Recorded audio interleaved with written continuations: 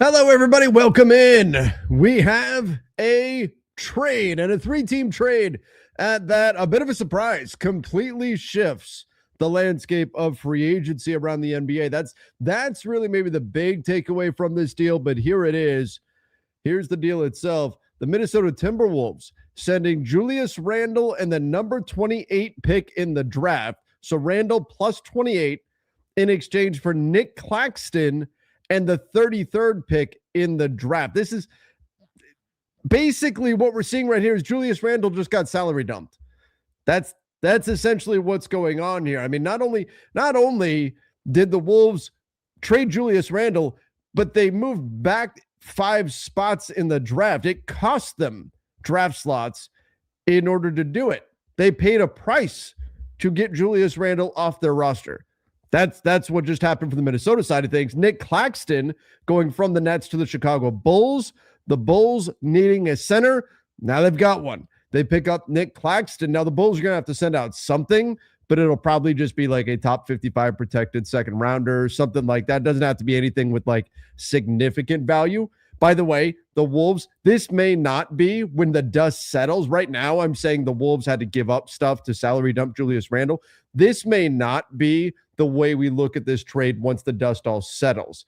I think other stuff is coming to the Wolves. Okay, so keep that in mind. I don't want to pile on the Wolves here and say the Wolves lose this transaction. This is setting the Wolves up for something else. So the question is, what is that something else that the Wolves do? Then we can really evaluate what the Wolves, do they win? Do they lose this transaction? That type of thing. So reserve judgment on the Wolves right now. That's what I'm saying.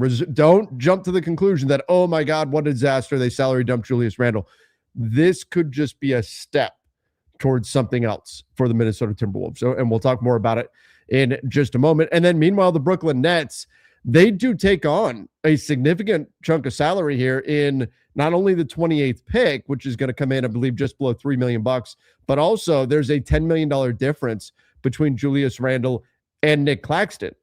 And so what this means is that when we look at cap space around the NBA now, this is my pal Keith Smith for the Front Office Show. He and I host that show.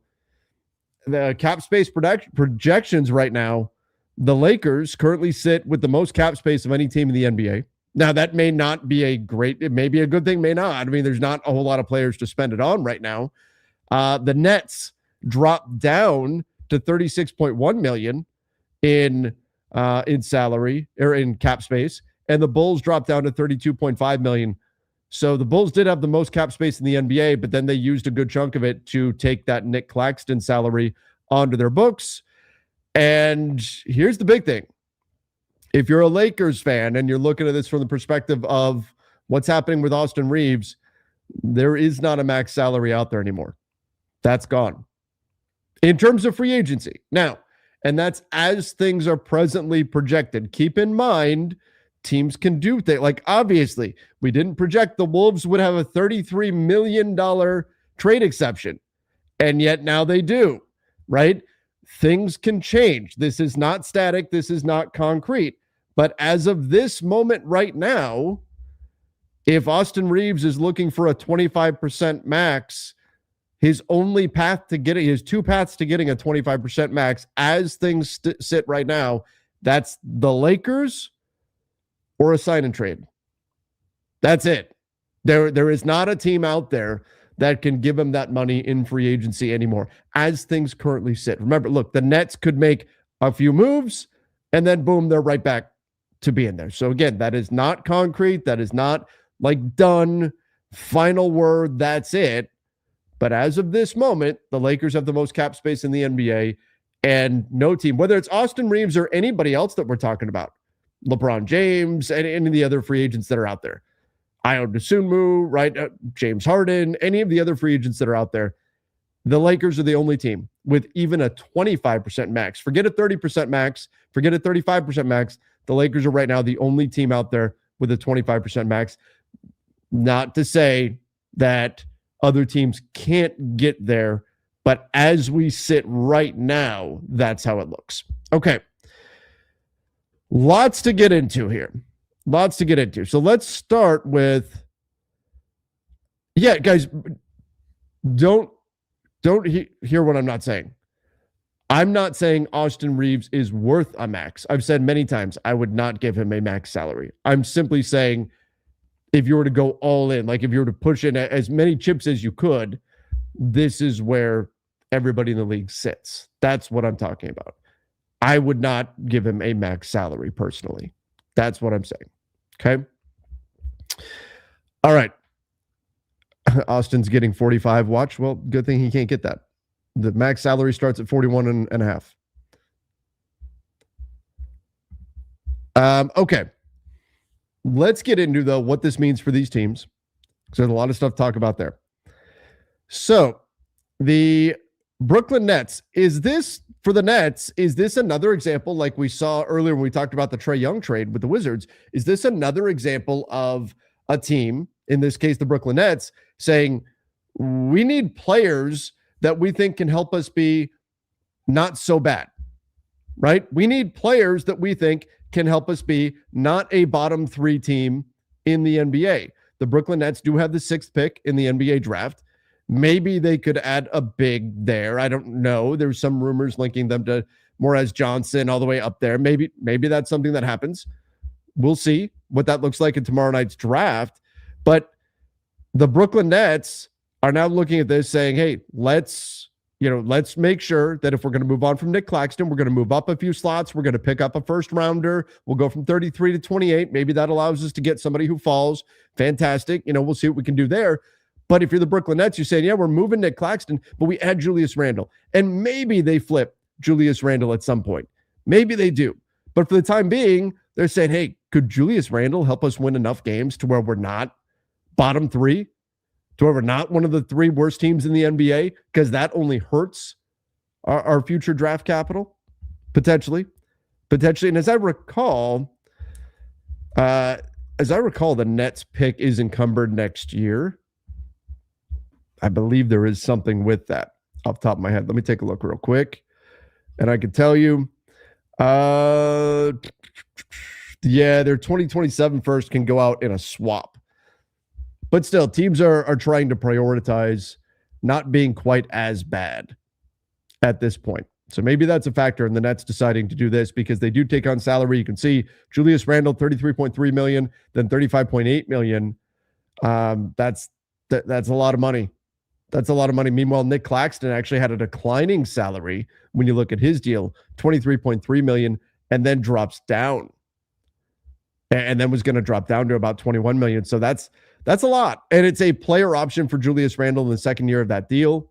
So the Nets taking on some significant salary here. That tells you there must be something they like in Julius Randle, because otherwise for the Nets, I don't think moving up 5 draft slots is worth that. So clearly the Nets are saying we like Julius Randle better than Nick Claxton. That's what this is effectively saying here. The Bulls needed a center. They're going to be difficult to come by in free agency. We know we've talked about, could the Bulls be a team that sends a max offer at Walker Kessler or someone like that?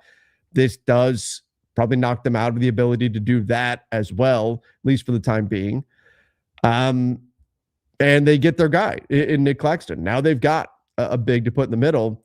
And then for the Wolves, I think the Wolves are the really interesting piece in all of this, because the Minnesota Timberwolves now get flexibility to re-sign Ayo Dosunmu while still having the $15 million non-taxpayer mid-level and a biannual. So if you're the Wolves, you're looking at, okay, we cleared Julius Randle here. We move back 5 slots in the draft, and that actually, by going from a first-round pick with a guaranteed salary to a second-round pick, who knows, maybe they're a draft and stash candidate here. Maybe they draft an overseas player that they're not going to bring over immediately, right? Because they don't want to put salary on their books.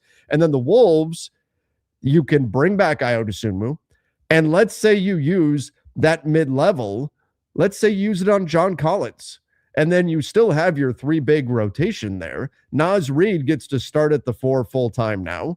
That's if you really want to use that mid-level on a big. Maybe they want to use it on another guard with Dante DiVincenzo out due to injury. This opens up a lot of possibilities for them, plus the $5.5 million biannual. So again, let the dust settle here around the Wolves. On the surface right now, they dumped Julius Randle and paid 5 draft slots to do it. But they probably have something else coming here. By the way, everybody, if you haven't done so yet, please make sure you do subscribe right here to the Basketball Bulletin. Turn on those notifications as well. Appreciate all of you jumping in.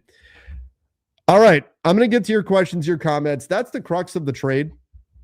You've got Julius Randle being, for now, salary dumped. It does open up opportunities for the Wolves. Remember, they also now have a $33 million trade exception that they can use. They can bring in talent with that.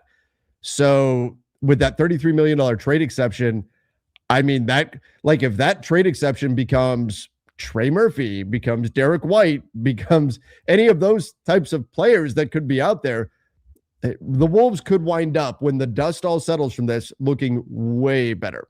Okay? Way better. All right. This definitely means AR coming back. I mean, that was always the most likely situation, but yeah, maybe the Lakers actually have a different plan at center. Claxton would have been easy to get if they wanted him. Yeah, I mean, it's looking like the Bulls didn't give up anything to get Nick Claxton. Maybe they gave up a top 55 protected second, unless there's been something that's not reported here. The Bulls really didn't give up anything to get Nick Claxton, which is a little strange in that we heard for years that, you know, Claxton, they wanted multiple firsts for him, or at least a first, and all these things. And now Chicago's getting him for free. Basically, they're getting him just for a salary dump. Now, I did think Nick Claxton had a bit of a down year last year, but nonetheless, the Bulls get Nick Claxton now, and he's on a declining salary, which you love to see. $23.3 million, and then drops down to $21 million after that. So I think this is a pretty good use of cap space by the Chicago Bulls. As far as could the Lakers have a different plan at center?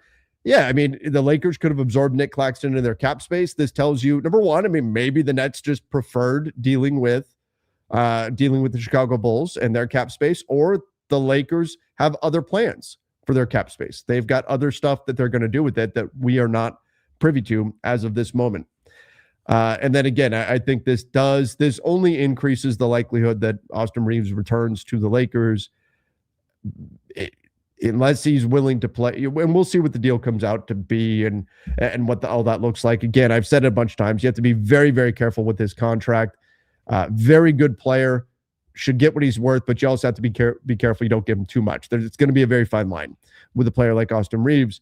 But I think this certainly doesn't hurt the Lakers' bargaining position in the Austin Reaves situation, because for now, again, the Nets, they can still get there if they do some other things. But for now, it removes the Nets from the situation, and they were kind of seen as the big bad, right? The big threat out there that would be potentially willing to offer a full max, and we'll see if that situation changes. How does a trade exception work? Wolves are going after a Ja Morant trade, right? Nas playing power forward next to Rudy. I'm hearing Ayo comes back for sure. Yeah, so trade exception just allows you to absorb however much salary you offset in the trade. So for example, let's say there's a salary out there for a player that's making, I don't know, just shy of 30 million. Let's say, I think it's going to cost a lot, but let's say it's Trey Murphy, right? Who makes 27 million. Great. The Wolves could now bring in Trey Murphy and send out zero salary. They could do that, and they'll be able to do that. Now, it would still affect them in terms of the aprons, and they would have to be apron compliant. So it depends on, you know, where they ultimately fall there. But assuming they're allowed to under the aprons, they could just absorb that salary, and they could send back whatever first round draft capital and not have to send back anything in a match. That's what a trade exception allows you to do. Now, it doesn't have to be Trey Murphy. It could be any player that's making that kind of money. It could be, I don't know, just let's pick the reigning champs. If they really don't want to go into the second apron, cool, Josh Hart, see you later, right? You could do that. Just short of being able to get Mikal Bridges. But the one thing is, it can't be combined. So, for example, when we talk about Ja Morant from Memphis, because that was my initial thought too, but he's making $42 million. That's too big of a salary to fit into that trade exception. So that wouldn't work for that. But nonetheless, could be a very valuable trade exception for the Minnesota Timberwolves. And whether they use it now or in the future, say at the trade deadline, it could set them up to make their next big move after that. And yeah, I do believe they're going to hand the reins over. John Krasinski, who does a great job covering the Wolves, talked a little bit about it, mentioned it briefly, that it's looking like Nas Reed will now get the start the starting job for Minnesota at the power forward spot. And so this will be the first time that we've seen something like that for Nas. He will be locked into that starting job, and off you go. Nas Reed, very, very good player, beloved in Minnesota. So, and as Krasinski noted, here's exactly what John Krasinski said. Nas Reed will be the starting power forward for the first time in his career, a big statement of belief in Reed and Jaden McDaniels to take the next steps in their development, and the Wolves will have the spending power to bring back Ayo Dosunmu and access the full mid-level. So this is a cap move that works out here.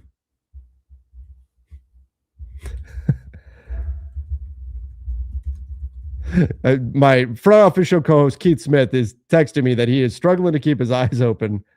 Oh, it looks like Mo Gay is going to Chicago, or leaving Chicago to the Wolves in the deal as well.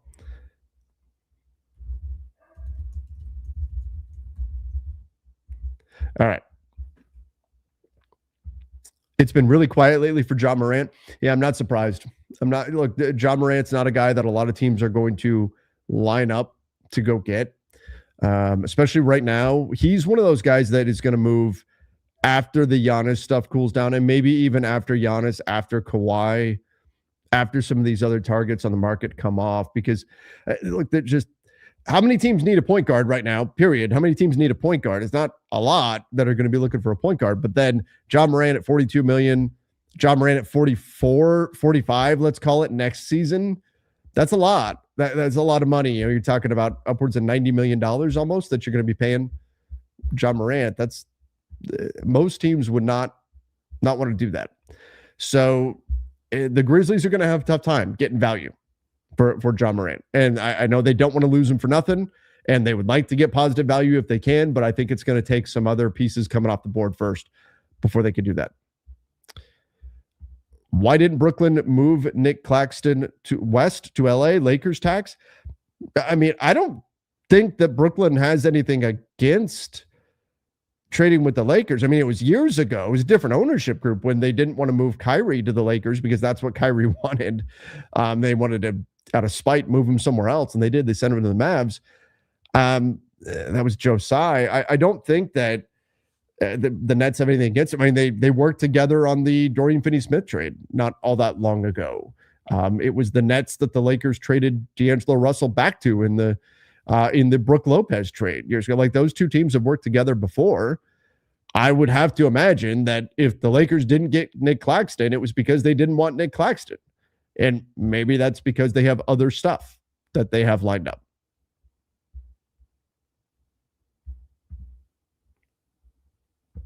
Don't the Rockets have the Nets pick? Yeah, they do. They've got a pick swap there.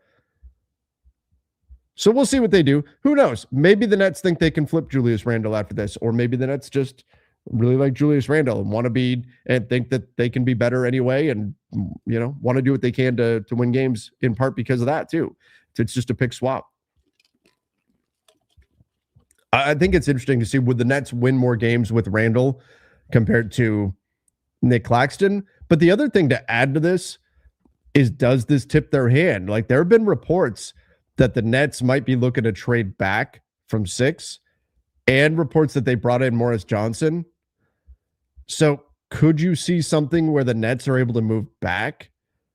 Like, OKC, right, is talking about trying to move up. I'm not saying that's a big jump to go. OKC has 12 and 17, and the Nets have 6.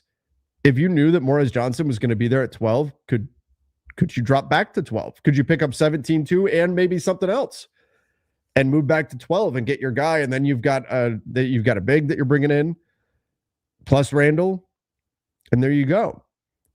Or maybe Dallas wants to move up from 9 to 6 or something.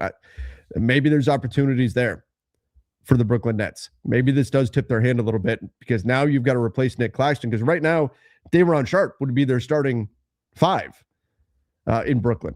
Now, there's also the possibility, and I don't know that you can find a starter here, but there's also the possibility that that the Nets could wind up finding something with 28. Like, what if Henry Vesar is there? What if Terrace Reed is there? There could be some players out there. What if Jaden Quaintance is still sitting there? There could be some bigs that they could look at with that pick. Not that they'd want to slot that player into the starting spot, but maybe this does tell you that with at least one of their picks, the Nets are going to aim for a big. Relax, Lakers fans. Claxton is only slightly better than Jackson Hayes. Do we really think the longtime pairing for Luka is slightly better Jackson Hayes? Yeah, there was Claxton. He was fine. He was okay. But I'm not nearly as high on Claxton as I was, say, a year or two ago. There were moments where it looked like Claxton, you thought he'd be a good fit. And he's really good in terms of his versatility defensively, to defend out on the perimeter when need be. Great timing on his shot blocking. But I just don't know if he's high level enough to be the guy that you want to commit to for the long-term future. I do love his contract, though. But who knows? Again, I think it's very probable that the Lakers simply have other stuff they want to do with their cap space. LA future first to OKC for 17 to take Dalen Swain. Yeah, I mean, I would love that. I like Dalen Swain a lot. I'm very interested in him in the draft. And then Jaden Quaintance with 25, finally some athletes. I wouldn't be opposed to that. Especially if the Lakers do want to go younger and they want to try to get some high motor players around Luka Doncic. That's something interesting. OKC, if they're trying to shed salary, if that's still their goal, I do think they're going to try to move on from at least Kenrich Williams is probably on the way out for them. But then you got to look at Lou Dort. What are you going to do with him? Can you do a new deal with Isaiah Hartenstein that's able to free up a little bit of flexibility? Clearly, the Thunder can make moves when they need to. And that's really, as much as we talk about optionality, that's the true optionality. The true optionality in the NBA is not having cap space. It's having players on contracts that other teams want, because that really gives you the flexibility to do just about anything that you want to do and even get paid to do it, right? That's what they did with Aaron Wiggins. But I would be surprised if there isn't at least one more player that's salary dumped here from OKC. Very easy decision to just decline the team option on Kenrich Williams. But then from there, do they do something with Lou Dort? Do they do something with Isaiah Joe? Can they get Isaiah Hartenstein's contract down low enough on a new deal in order to free up some flexibility there, drop them below that second apron? I do think more is coming here with the Thunder, but they could go as far as to say, we don't have enough roster spots to take on. We don't want all these rookies right now. What if we turn a pick right now, like 17, into a future pick? What if we do that? And then in that way, we kick the can down the road and we've got a future pick to play with. Say 4 years from now, suddenly, oh yeah, guess what? Some of these guys start to get older. Some of these guys start to get more expensive. Aren't we glad that we turned the 17th pick in the draft back in 2026 into a 2031 pick? And now, surprise, we just got that guy, right? That can be a move for the Thunder as well. Miles Turner would be nice starting next to Randle. This trade is definitely expanding. That's an interesting idea. I hadn't thought of that. And you're not wrong. That Randle's rebounding and physicality next to Miles Turner, I think they do complement each other's strengths and weaknesses. It's not a bad idea.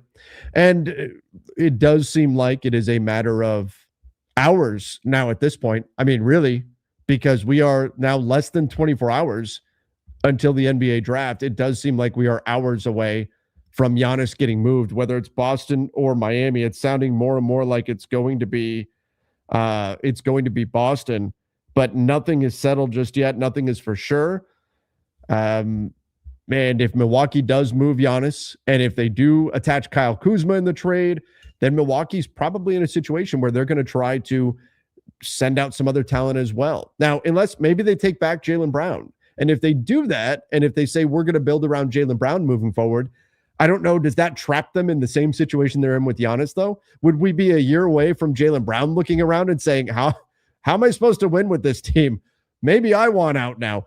That would be what I'd be concerned about with Milwaukee keeping Jaylen Brown is aren't you just putting Jaylen Brown in the same situation that Giannis just looked at and said, I can't win with this? Otherwise, if Giannis looked at Milwaukee right now and said, I can win, none of this is happening. He's staying. He doesn't want to leave Milwaukee. He would just stay. But obviously that's not the case. Obviously he's not in a situation where he can win right now in Milwaukee. So that's the one thing I'm curious about with the Bucks and this whole talk about, well, we could definitely keep Jaylen Brown. You could, but then what? You're still in the same situation asset-wise unless you pick up a bunch of stuff in the trade that's not Jaylen Brown and are able to hit on some picks or something. But you look at Jaylen Brown, he's going into his age 30 season. It's not like he's in a situation where he's, not going to be looking to win right now. It's possible he got a little taste of having his own team last year with the Celtics, and I think it's actually fairly likely that he enjoyed it.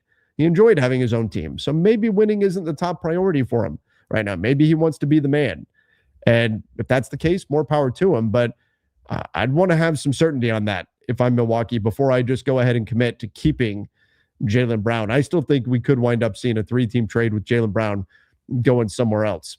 But if they don't, the point is, if they do keep Jaylen Brown, you probably want to hang on to Miles Turner and see if he can have a bounce back year and see if he and Jaylen Brown can help you win some games.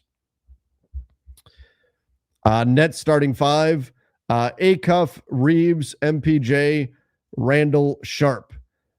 They don't have the money for Reeves anymore. So that's the challenge there. Also, if you thought Luka and Reeves together is a bad defense, Acuff and Reeves together would be horrendous. That would be really rough. But scoring wise, that'd be great.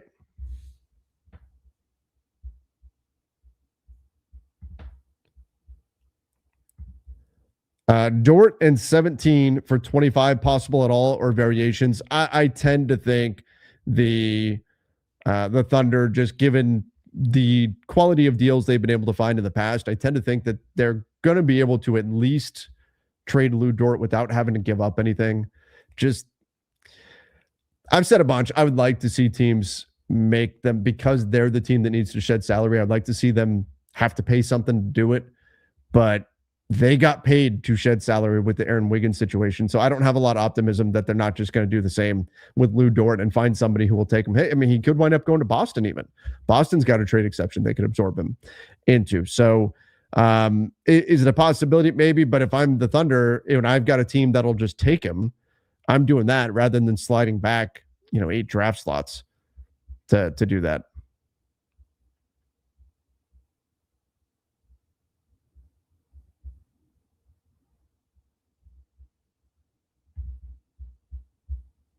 Isaiah Evans has grown on me. 3-and-D or big. I think you take the best player available. I do think they lean towards a wing or a big, either way.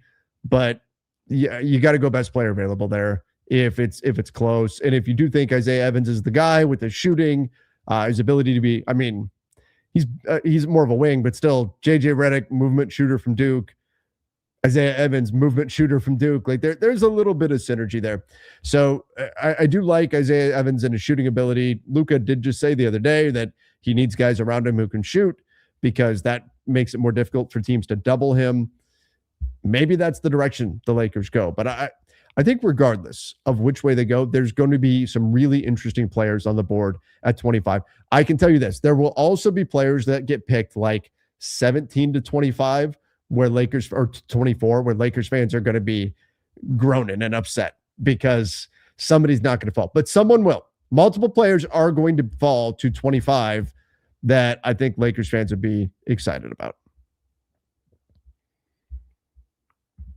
Why are we no longer mentioning old target Bruce Brown? I don't know what his situation is going to be in Denver, if they're going to try to bring him back. Maybe they already have a sense of what that is. I do think that's part of the Austin Reaves situation too, is there's just a lot of teams just assume he's going back to the Lakers. Nobody's going to get all excited about Nikola Jokic leaving the Nuggets until he doesn't sign a contract extension. Until then, it's going to be believed that he signs that. Maybe there's simply belief that Bruce Brown returns to Denver as well. But it has been very quiet on Bruce Brown. We haven't really heard much about him, so I don't know what his free agency is going to look like. Go get Embiid. Don't think the 76ers get much for him and fits Luka's demand even with injuries. I mean, it's a rough contract. It is what it is. He's great, obviously, when he's on the floor, but 32 years old, 58 million, we'll call it this year, then 63 million the year after, and then a third season still left at $67 million at 35 years old. I mean, again, he's good when he's on the floor, but wow, that's like, how many games are you planning on him playing? You look at the last 3 years, he played 38 games, 19 games, 39 games. Like, he has played well under half a season in each of his last 3 seasons. He's good when he's on the floor, but you can't pay that kind of money for a guy who's going to play less than half the season. You just can't do it. You can't do it. So you'd have to get something. The 76ers would have to give up something significant, I think, right now to get a team to take Embiid.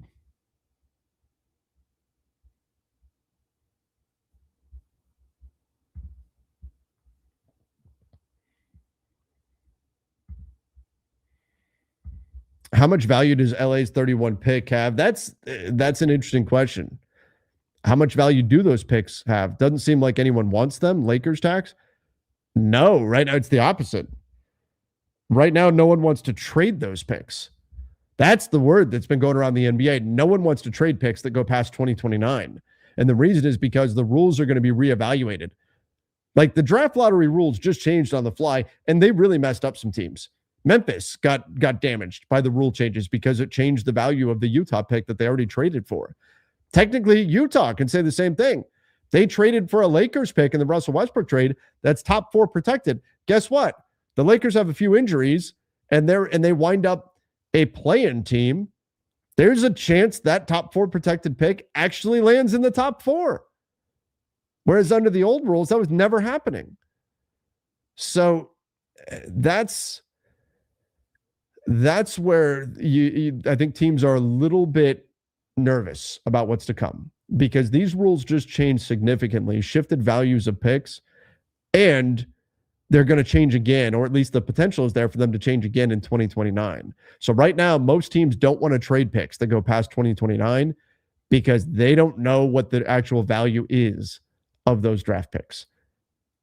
The rules could completely change again, and a pick that you're thinking is so-so could turn out to be great, or vice versa. And that it's difficult to value picks at that section of the draft. So I don't think there's a lot of those picks that are on the market because of that. With that scarcity, does that increase value? We'll see. But I think if you are the Lakers, if you're any team that's going to trade those kinds of picks, the after 2029 picks, you need to get significant return. You need to get a significant return because you're taking on added risk, the unknown of what the draft is going to look like. Reaves is kind of screwed with the Brooklyn and Chicago trade. Yeah, I mean, again, he could go find a sign and trade, and it's still the Nets aren't that far off. They can make another move or two, and then boom, they're right back at a max. But look, I don't think it was likely he was going to leave the Lakers anyway. But who's offering him the max out there? And if I'm the Lakers, they absolutely need to use that to their advantage. And they need to you got to drive that price down as low as you possibly can. You have to. You don't want to ruin the relationship with the player and anything, but you need to. Who knows what Austin and Luka look like long term, if it ultimately works out or not, right? I think the questions about them as a pairing are fair. I think there's data we can point to that says it works. There's some things we can look at and say, well, it doesn't work, right? So you need to have maximum flexibility there. And that means the ability to pivot and trade for other assets. And the lower you make that contract, or the more team-friendly you make that contract, the better your potential to do so, or at least the possibility to make a move with that contract. So if that gives them a little bit of leverage, they need to make sure they use it and try to bring that contract down. You want to see players get what their value is, and we'll see ultimately where that comes in at. I have no idea, where it's going to be. John Krasinski reporting the Wolves are not interested in Ja Morant. Wolves are not interested in Ja Morant. Okay. I'm curious to see what Memphis does. Where does Ja ultimately land?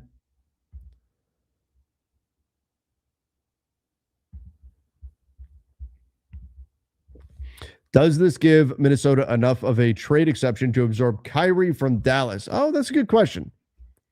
Let's take a peek. Kyrie, it's close. It's got to be. No, it doesn't. It's not as close as I thought. He's at 39. For some reason, I had him at like 34 in my head. He's at 39. So no, they're not able to absorb Kyrie Irving. I get that they would have interest in Kyrie, but that trade exception is not enough to absorb him. You know, it's a good thing to remember too. Like when we look at Ja Morant, it's not so much the player, it's the salary. Like with Ja, it is a little bit the player, right? But if Ja Morant was making $15 million, there are a number of teams that would say, sure, we'll give that a shot, right? We often take the contract and we allow our conversation of the contract itself to bleed into our conversation about the quality of the player. Ja is a little bit off weird because he had such a bad year and really had his worst year of his career last year. It was so bad. But like a Zach LaVine was pretty good last season. Not good enough for his contract, but given the discourse about him, you would think he's just this awful, horrendous player, and he's not. He's just not worth his contract. And that's where some of these guys get stuck because it's really hard to move players that aren't worth their contracts. I mean, look, the Wolves, Julius Randle, who's a pretty good player, and is he overpaid? Yeah, but is he overpaid by a ton? Probably not too much at $33 million. And they just kind of salary dumped him here. Now, again, they've got other stuff coming, I think, but this NBA is very unforgiving to overpaying or negative value contracts. It's very difficult to move those. And teams want to get paid for doing it, for taking on that contract. So you got to be very, very careful with who you sign and what your realistic projections are for that player, because you really don't want to wind up in a situation where you've got a player on a contract that is not worth the money that he's getting paid.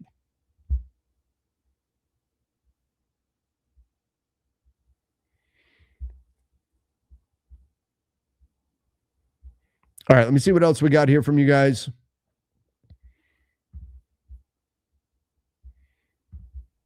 If you haven't done so yet, make sure you do hit the subscribe button. You guys know tonight obviously isn't over. We can still get other moves happening, but going into tomorrow as well, we'll be breaking everything down, going through everything that could be happening. And then when we get into the draft, I'll probably simulcast the show that I'm going to do tomorrow night live during the draft, breaking down each pick with Keith Smith. So make sure you do hit that subscribe button. Turn on those notifications. Giannis, Heat, Celtics, or a mystery team? I think it's going to be Boston. That's the way it's felt like it's been going since really late last night. And I think ultimately it's going to wind up being the Boston Celtics that wind up getting Giannis Antetokounmpo. It could be wrong, could still wind up being the Heat. It's not, nothing's set in stone right now, but that just seems to be the way the wind is blowing right now. I think the one thing we do know is that it's happening. Whether it's Miami or Boston, it's happening, and it's happening in the next, what do we have now? 22-ish hours. Sometime then, in less than 24 hours, Giannis Antetokounmpo is going to be traded.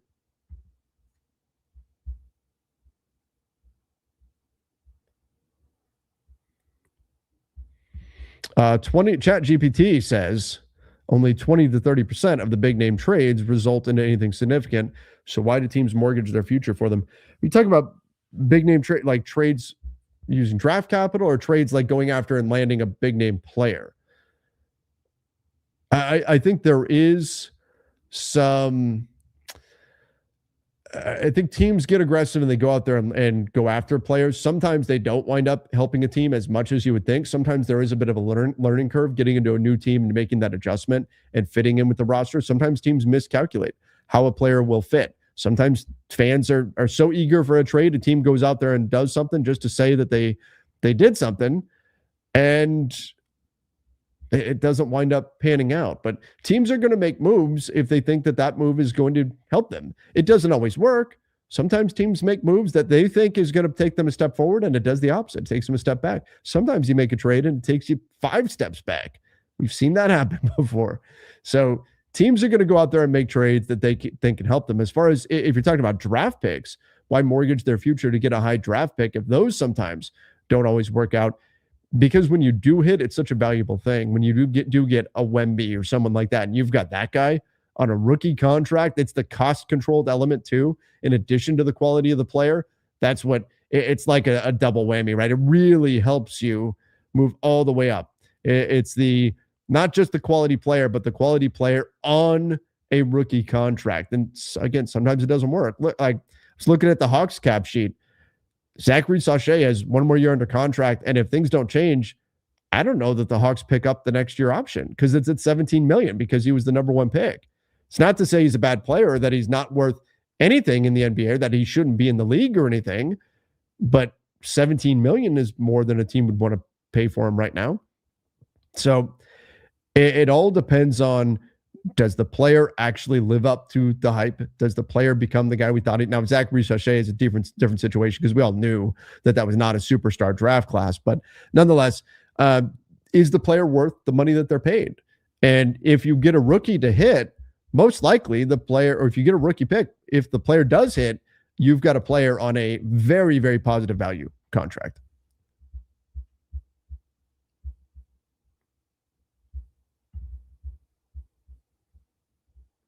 Would you try and get Murphy for 2 to 3 picks?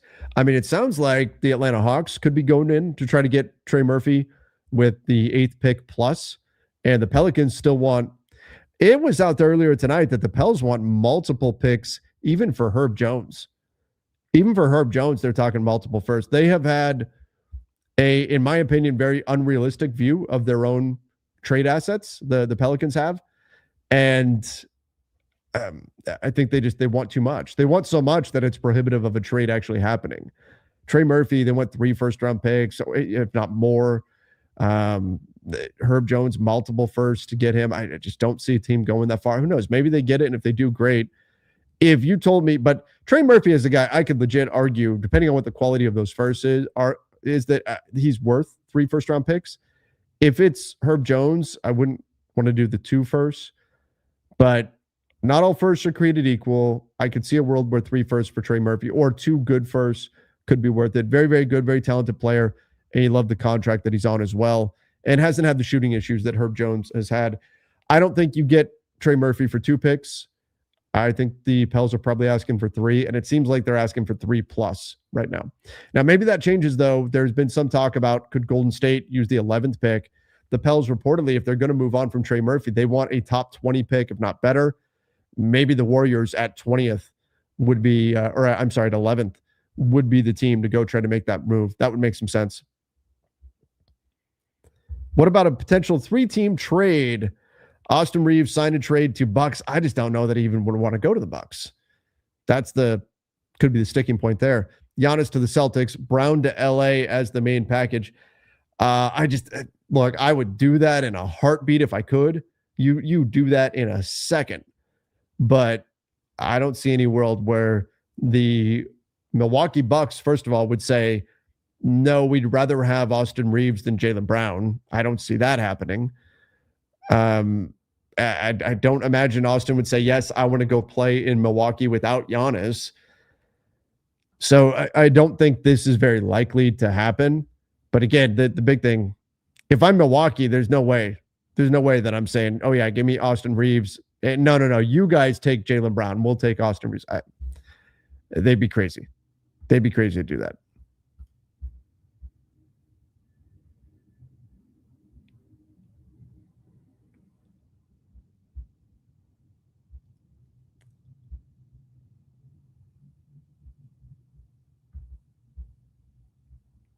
My draft crush is Koa Pete.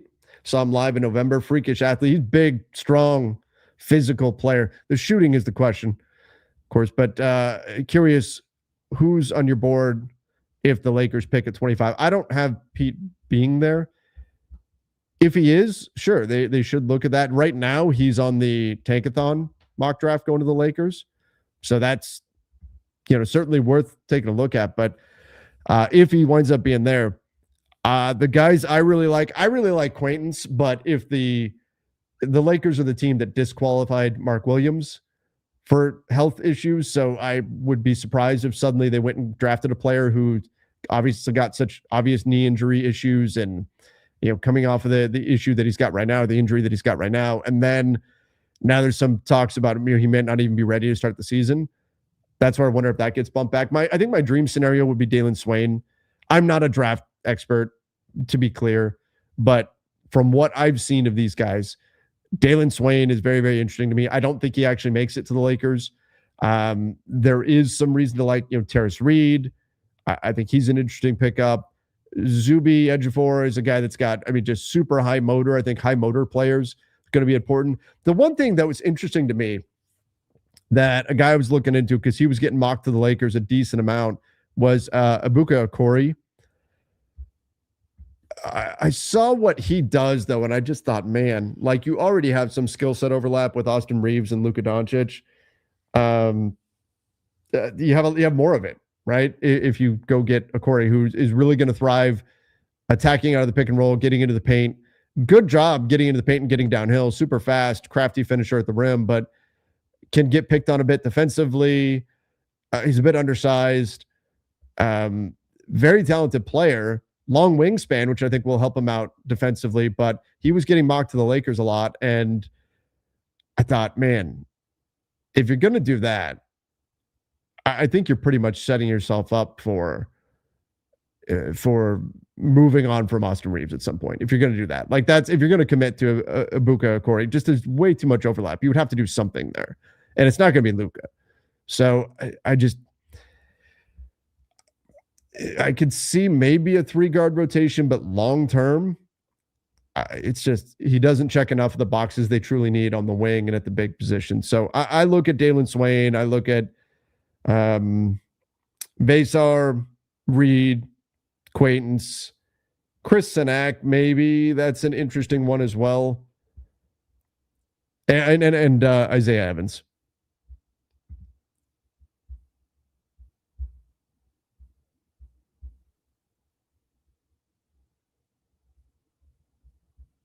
Can LA get Sabonis? Somebody asked. Yeah. In theory, they could, but they shouldn't. I think the Kings, Sabonis is I think the asking price on him was a first. That's what we were hearing in the deal with the Hornets. But they shouldn't. He's a terrible fit. But he is, I think, more available than some of the other guys that we talked about. Dalen can't shoot. He can't shoot right now. And even then, it's not like he can't shoot. It's not like he's a complete non-shooter. Shot 34% from 3 last season. Now, it's only on 2.6 attempts. So you do, if you're going to draft him, you have to have some faith that you ultimately will be able to shoot, that will happen. Because everything else you like about his game, everything else, the ability to get downhill, the ability to get in the paint, the driving kick ability, the finishing in the paint, all of that, right? You like all of that. But I wouldn't look at Swain and say it's locked in. He just will never be able to shoot. If the shot never comes around, then yes, his upside would be certainly limited if the shot never comes around. I've got questions about Vesar and whether he could shoot. He shot 42% from 3, but also shot really poorly from the free throw line. Sometimes that's a better indication of overall shooting talent. Swain shot 82% from the free throw line and is an 82% free throw shooter for his college career. So if you're a believer in free throw shooting being more of an indication of true shooting talent, that would suggest there is some upside there. Vesar shot really poorly at the free throw line. And was this just a hot season from 3 and he's really like a 36% three-point shooter? I don't know. I don't dislike Vesar. I'm just saying before you pencil him in as being just as we say, well, Swain shot 34% from 3, so he can never shoot. We shouldn't be static and land on that and say that's concrete. We also shouldn't say that for Vesar, that he's just a plus 3-point shooter forever, because he didn't shoot that well in previous seasons. So you kind of got to look at both sides of that.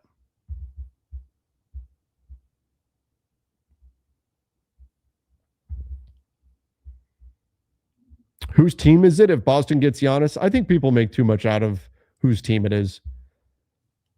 I don't think that necessarily matters to players. Some players it may matter to, but a lot of players, it's just not going to matter.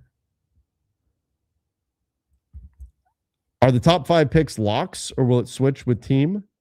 Like locks to be picked by those teams? I think 5 is the pick that's most likely to be traded. If we're looking at something there, 5 would be the most likely. I don't think 1, 2, 3, or 4 are traded. 5, I think, could very well be traded by the Clippers.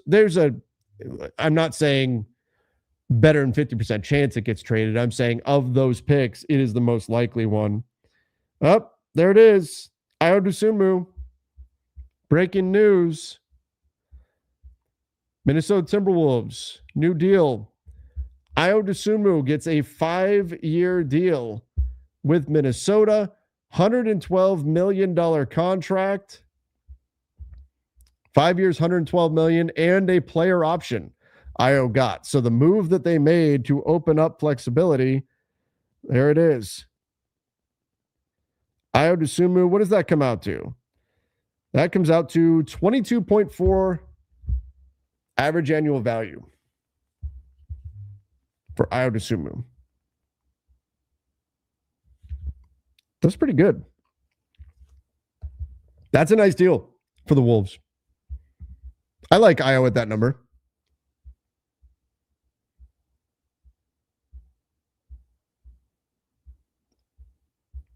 Two-way player. Can defend a bit. Maybe a little bit overrated as a defender. Maybe. But I like Ayo a lot. I think he can continue to get better as a defensive player. Offensively, what he can provide. $22.4 million. Yeah, I don't have a problem with that. Especially with the injury to Dante DiVincenzo, the Wolves couldn't lose him. The Wolves could not lose him. So there it is. Again, and given his age, Ayo Dosunmu, you look at what he's done over his career so far. Right now, 26 years old. So you're going to have him for what will probably be his prime years. You're going to have him 26 through 31. For his career, he's a 38% three-point shooter. Multiple seasons in a row now of averaging double-digit scoring. For the Wolves, put up 14 points, 4 boards, 3.5 assists, 1 steal, and 41% from 3. It's difficult to find guys who could do all those things and defend. Difficult to find guys who could do all of that and defend. So Ayo, 5 years, 112. I'm okay with that if I'm the Wolves. It'll start lower than 22. It's going to start low, but that's the average value of it. So what does that start? Probably starts at like 18 or something, and then works its way up with the 8% raises. That's pretty good. Yeah, I mean, if that's a good way to look at it. Drew said Christian Brown got 125. Yeah. How does it affect their cap space? How close were the Wolves here? They needed to make the Randle move. They weren't going to be a cap space team, but making the Randle move opens up the ability to do this for them. So Ayo on his new deal, let's see, Minnesota, they were going to be about $16 million below the first apron. You clear Randle off your books, then you add in Ayo. That still will allow them, based on just the math off the top of my head, to use a full mid-level of about $15 million to go do something else. And perhaps even the biannual as well.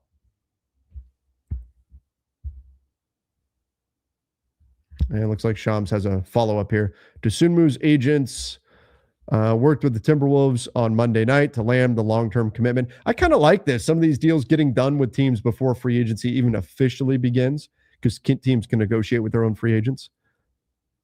Dosunmu and Anthony Edwards gained chemistry after his arrival from Chicago in February, Shams writes. Good deal. Good deal for the Wolves, and they needed him. Yeah, it's less than Christian Brown is making, less than what Jalen Green gets. Now, when we try to put it in that context, though, we have to remember that Jalen Green and Christian Brown, we have to remember, are, I think in most circles, would be seen as negative value contracts at best, if not neutral value contracts at best, I should say. And most would see as negative value. So If that's the problem, you're pointing to a negative value contract. But I think this is a very fair deal for the Wolves. It's Ayo's first, real big contract in the NBA.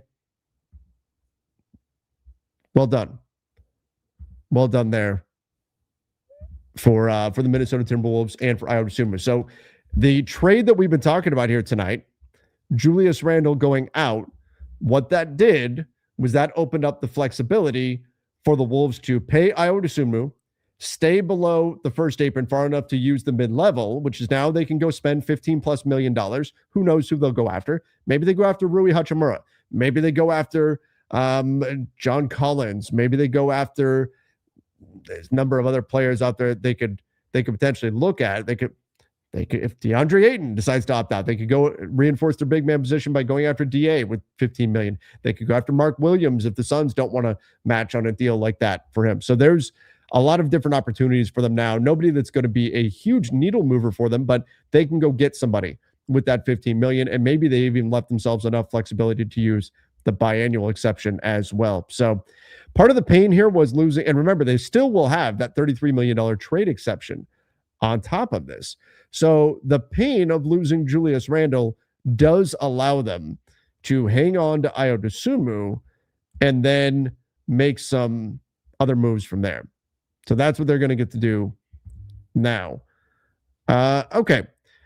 Let's pause for just a moment. I'll get back to some of your questions and comments in just a minute, but we'll pause real quick and give a shout out to our sponsor. That is Prize Picks. You guys can check them out. Super easy to play. Play $5, get $50 instantly when you use the code HMA. Link is in the description down below. Go check them out right now. And oh my, we've got a breaking trade. I'm going to get into that 1 second. Go check out Prize Picks. Use the code HMA. Play $5, get $50 instantly. Cristiano Ronaldo, Harry Kane. Let's go. Breaking news. It happened. Giannis to Miami. Breaking. The Milwaukee Bucks are trading Giannis Antetokounmpo and Bobby Portis to the Miami Heat for Tyler Hero, Kela Ware, Jaime Jaquez, Kasparis Yakashonis, 3 first-round picks, including the 13th pick in the draft, a pick swap, and a second-rounder. That's a haul. Wow. The Heat, they pushed the chips in. They gave up what they needed to give up.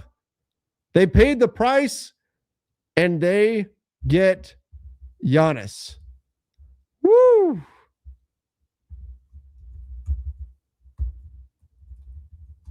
I'm texting Keith. Giannis. Wow. That is a lot.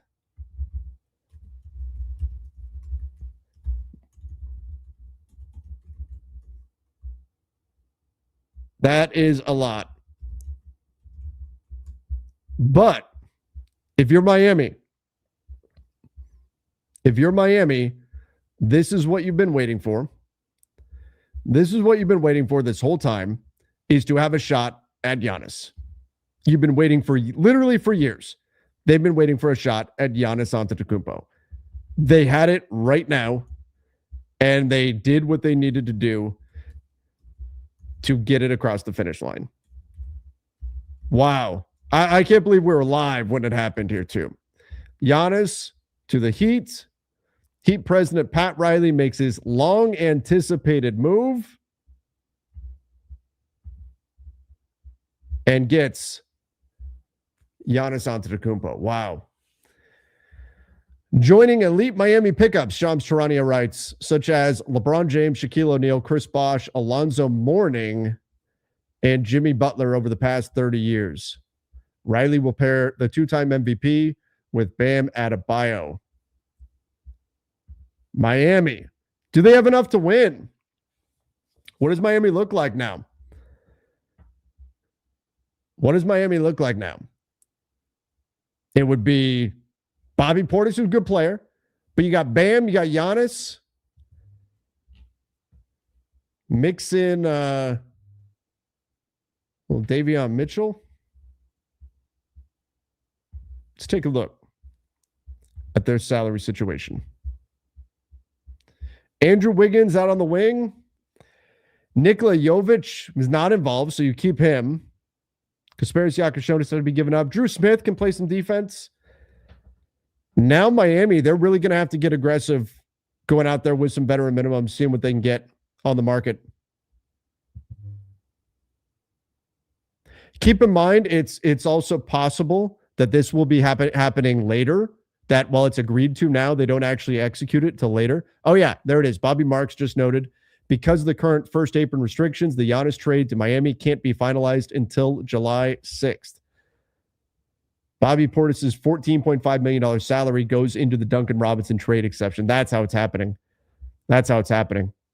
So while this is going to be reported as one trade, this is actually going to be executed as at least two trades, if not more. Bobby Portis into the trade exception will be its own thing.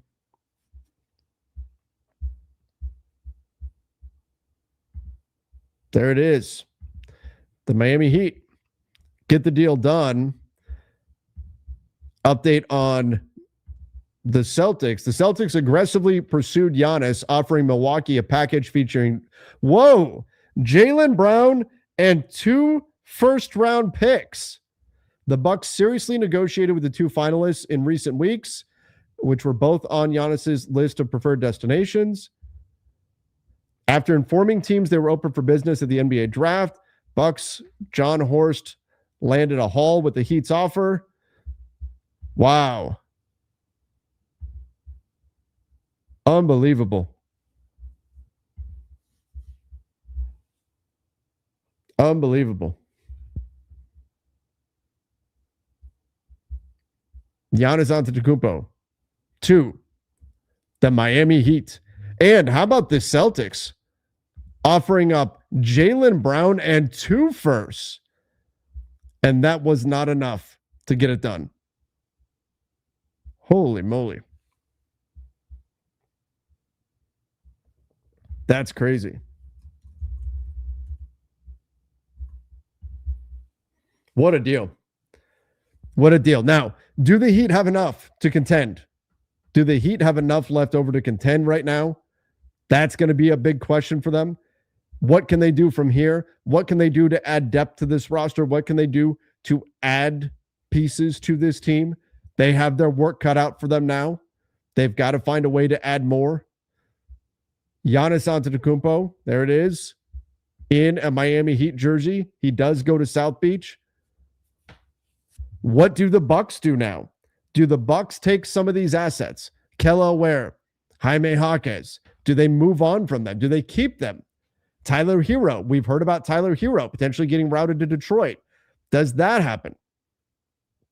This may be just the beginning, but I'll tell you the other thing with this is this also opens up now the rest of the NBA, I believe, for other moves to potentially take place, because now nobody's stopping and waiting for a Giannis Antetokounmpo trade. Wow. Big moment. The Heat get their guy just when it looked like it was going to be Boston. I'll tell you what, I am surprised that Jaylen Brown and 2 firsts. Now, not all firsts are created equal. I'm surprised, though, that Jaylen Brown and 2 firsts was not enough to get a 2 first-round picks plus Jaylen Brown. I'm surprised that was not enough to get that deal done. Tyler Hero, Kelly Ware, 3 firsts, including the 13th pick. The 13th pick compared to the 27th pick in this year's draft, that probably matters a lot too. But Jaylen Brown and 2 firsts, that's a lot. And they turned that down. More moves could be coming. This could always wind up getting expanded. Kyle Kuzma was not included in this deal, despite all the talk on X. If you saw Kuzma, he was tweeting earlier. Kyle Kuzma was not included in this deal. And Giannis Antetokounmpo goes to the Miami Heat. Now, the Bucks will be on the clock at 10 and 13 in the NBA draft. They're going to have to figure out what they want to do with those draft picks. Has now got to make some other moves, I think, in order to build out their roster from here. So you'd have, again, Andrew Wiggins sticks around. Davion Mitchell sticks around. Add some pieces there. Got to add to that. Nikola Jovic you keep. Getting Bobby Portis in the trade, I think, does help as well. But the Heat are going to need to find some depth. They're going to need to go find some depth. And they're going to have to hope that the cap space, which is not plentiful around the NBA, dries up and that some players are going to take less to join a Miami Heat team that has Giannis and Bam Adebayo. What about Giannis's brothers? Yeah, how many roster spots do the Antetokounmpo brothers take up? How did Boston lose this deal? That's what I'm saying. I mean, if it was the 27th pick in this year's draft and then they factored in it was going to be a late first and 2 years down the road or something, maybe that's the thinking here. But 2 firsts and Jaylen Brown, that's like Boston didn't screw around with this. That's a serious offer. Jake Fisher with an update on this situation and what happened here. Oh my God, did Boston lose the deal because of Hugo Gonzalez? Is that what happened? Kasparis Yakashonis was the Miami version of Boston's Hugo Gonzalez hang-up. Had been hearing all day the Heat did not want to part with Illinois product on top of the Hero Ware Hawkes 13th pick structure. That's an all-star guard, 3 recent first-round picks, still on rookie deals, a second lottery pick in tomorrow's loaded draft class, plus 2 more future firsts and a swap, a really sizable haul for Giannis compared to Jaylen Brown and 2 first-round picks. Yeah, that's the other thing, too. I wonder how much is Milwaukee valuing the guy they can get at 13? How much does Milwaukee think the guy they get at 13 could be an absolute stud in this year's draft class? That's got to be a factor in this as well. As far as how did Boston lose it? It's again, still, that's a handsome offer from Boston. Thoughts on Jaylen Brown to Atlanta? I do wonder if the Celtics still look to move Jaylen Brown. There have been reports saying that they would. There have been reports saying that they wouldn't. It is lying season. If I'm the Pistons and Lakers, expect this trade to get Hero to the Pistons and Ware to the Lakers. It benefits them from both sides. At the end, Bucks, Boston, sorry, no Giannis. If I was the Lakers and I could turn the 25th pick, I'm not saying Milwaukee should do this. I'm saying if I'm the Lakers and I could trade the 25th pick into Kello Ware, I would do that. I would do that if that's something Milwaukee's interested in. Maybe Milwaukee wouldn't be, but we'll see if Milwaukee now makes other moves from here. Does Milwaukee do something else with some of these pieces? What happens now to Miles Turner? Does Milwaukee now move on from Miles Turner? Is that where this ultimately goes? That, I think, will be interesting to watch as well. Do they move on from Miles Turner and send him somewhere else? Let's be real. Heat's package was better. I think the Boston package is better. But again, not all first-round picks are created equal. 3 teams, Chris Haynes reporting, that Giannis was open to signing an extension with: Miami, Boston, and Minnesota. The Heat land a foundational piece and now have the attention of top players searching for a new home. Yeah. Now who's going to take less to join Miami? That's going to be the question.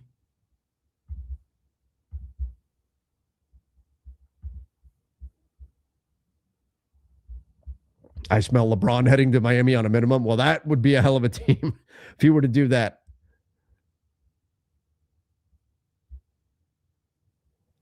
Does Kyle Kuzma get waived? He could get bought out, but if you're Milwaukee, you might as well just keep him.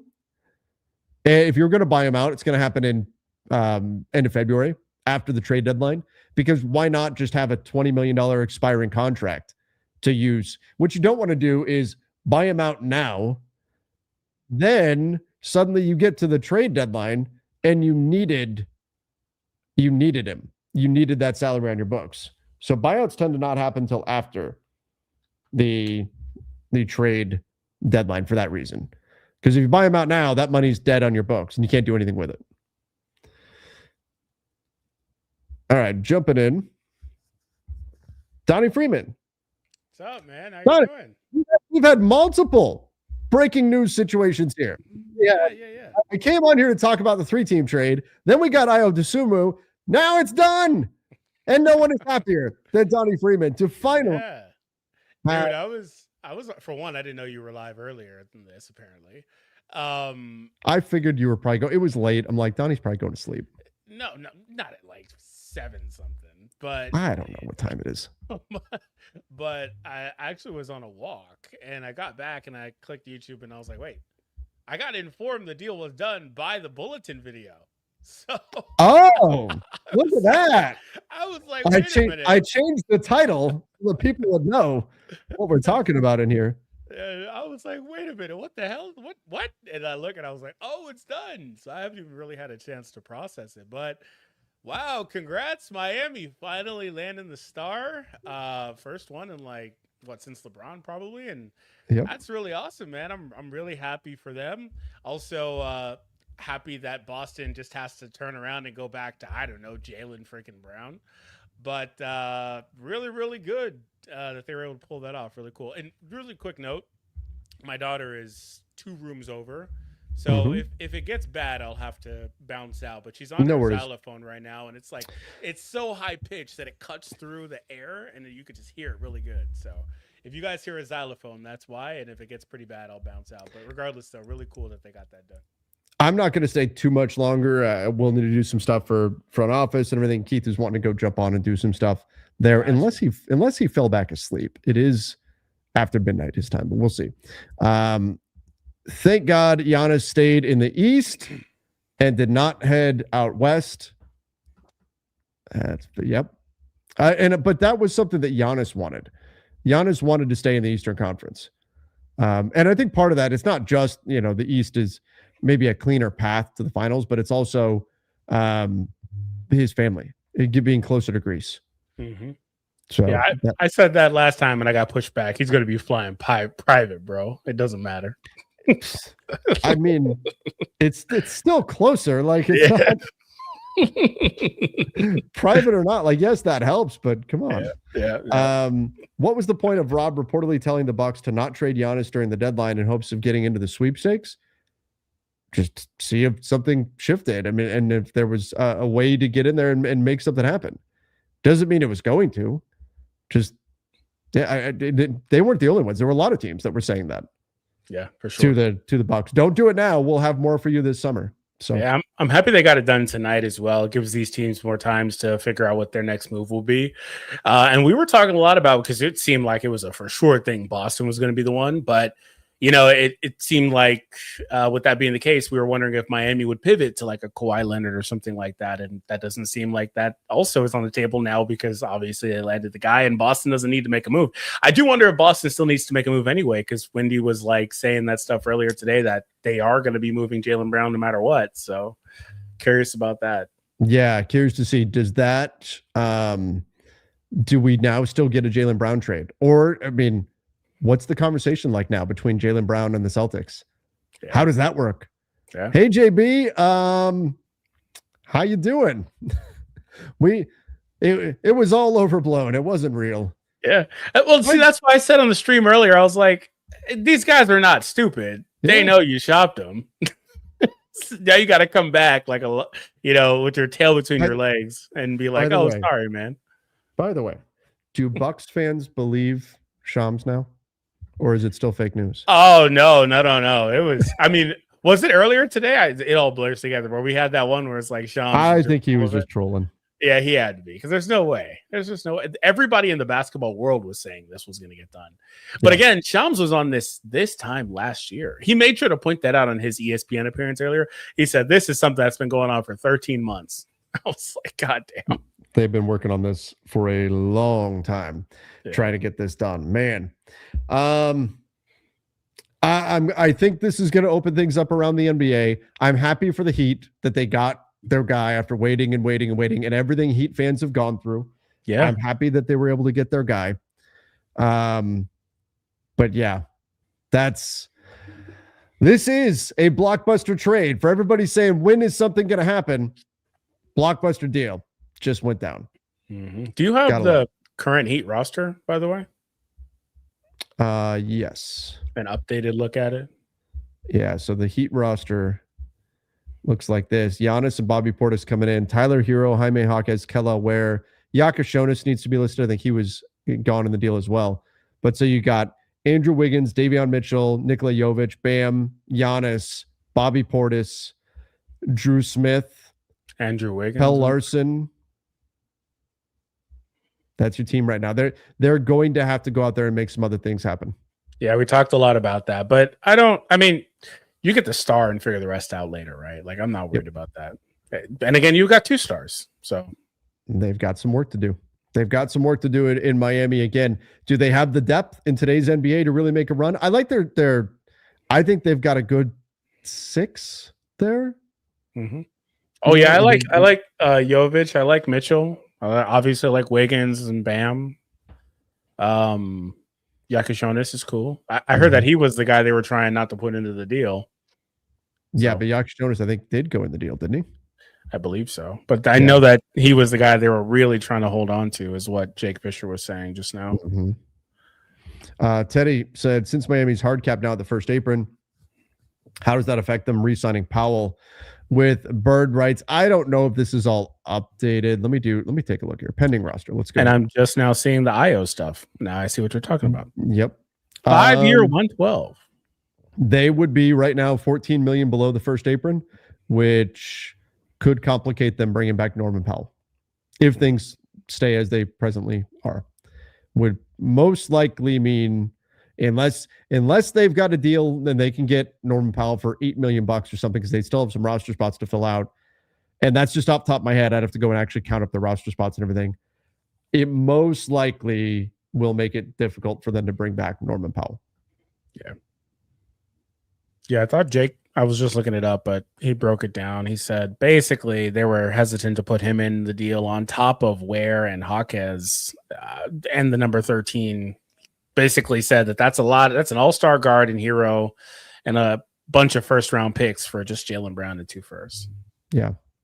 It's interesting. Better haul is the way he broke it down. So it's interesting though. Like I thought Boston was more willing to put other guys in and other assets in. I wonder if they eventually got to a point where they said it's just too much. They must have had a breaking point there. I'm really curious. I won't lose any sleep over it though. Hey, now it's done. I won't lose any sleep. I'm gonna be feeling real good. Yeah, I'm excited to see how Giannis and Bam fit though. Maybe Miami has something in the works that they've got a way that they can get some flexibility. Yeah, and I don't want to hear any Bam disrespect. That's the guy that put up 83 points in a game, man. Let's not start with that. Let's not start with that nonsense. Who knows? Maybe they still have the rights to Udonis. I mean, is it not a fact? It is a fact. It is. It is. Oh my God, Udonis Haslam, 46 years old. They can bring him back. Simone Fontecchio. He'd be an interesting one as well to bring back. But again, they got to take care of that cap situation. What are the Lakers going to do? Oh, we'll find out. Is Genie still running the team? Well, it's Mark Walter's team now. Rob Pelinka is still making the decisions, or with an expanded front office. Why is Kurt Rambis still in the front office? I mean, has he been a negative in the front office? I don't, and I'm really asking. I don't know. Because here's the thing: a lot of people there's this perception that Kurt Rambis is bad, right? How do we know? Who's sitting in those meetings? Yeah, I mean, maybe Kurt Rambis was screaming at the top of his lungs, "Don't trade for Russell Westbrook," and they did it anyway. And he's had nightmares ever since. I don't know. Yeah, I've got to pull it up, but I know there were some things that they were pushing for, like certain guys getting minutes and things like that over the years. But that's most basic. Yeah, I mean, if that's, and that could be certainly part. I know there have been some little things here and there, but we're just we jump to the conclusion that some guy is bad, and then we just keep when reality, like the behind the scenes front office stuff, for important reasons, we don't get a great window into all of that. Yeah, for sure. But it's one of those things where we just heard so much that there's too many people, too many cooks in the kitchen. Genie's got too many people that, provide opinions. And all that. I do think, looking at things from an outside perspective, looking at the way they structured things, she was constantly turning to people she already knew and only people she already trusted. And I think there wasn't a lot of diversity of thought in that front office in terms of who she was bringing in. A lot of people coming in from the same perspective. And that's not typically ideal the way it was. Other front offices were like expanding and delving into analytics and all these kinds of things. The Lakers felt like they fell behind the times very quickly. I think there's no question that perception's out there, and it's probably a valid one. But it does seem like those times are certainly changing right now. Yeah, absolutely. Do you, really quick, last thing, do you have Keith's reaction to not trading Jaylen Brown? No, I'm texting him right now and seeing if he want to know what he says. Asleep or what happened there. Is he actually asleep? I don't know. He texted me a little bit ago saying you want to go live after the trade came through. But I mean, again, he is an early morning person. Oh, there he is. He read my message. He is not a night owl like me. Again, regardless, you still get to go back to Jaylen Brown. Like, it's not. Keith is waiting on me. We'll have to go do that. All right. Opening night: Heat versus Knicks, OKC versus Spurs, Xmas game, Christmas game, Spurs versus Knicks, Heat at Bucks. I don't think you bring Giannis back into town as your Christmas present to Milwaukee so he can beat your team. I don't think that's what you want to do. They'll run it'll be fine. It's positive PR. They'll run the promo video and all that stuff, or the appreciation video, I should say, and all that stuff. Like, it's fine. All right, everybody. If you haven't done so yet, please hit the subscribe button right here on the Basketball Bulletin. Obviously, lots of stuff going down. Crazy time around the NBA. We have the draft coming up tomorrow. I'm going to try to simulcast it, so it'll be myself and Keith Smith. We'll be breaking down the draft picks as they happen. Hit that subscribe button. Don't forget to turn on notifications as well. I'm going to jump over to front office. We'll break things down over there with Keith Smith and get his perspective on all of this from the salary cap angle here with everything. But thank you all for jumping in here tonight. I'm glad we were able to break down the 3-team trade. Then we got the Ayo news. Then we got the Giannis news. So I appreciate all of you so much for being here. Donnie, thanks for jumping in here. I know it's usually past your time here too. Yeah, but it was definitely pretty fun. It was unexpected. Like I said, the news broke to me, Trevor, because of what you did. Like, it wasn't even Shams or nothing. Like, wow, Trevor, the reporter here, breaking things down for us live. Yes, I was definitely first to it. All right, everybody. Appreciate all of you. Till next time. See ya and stay safe.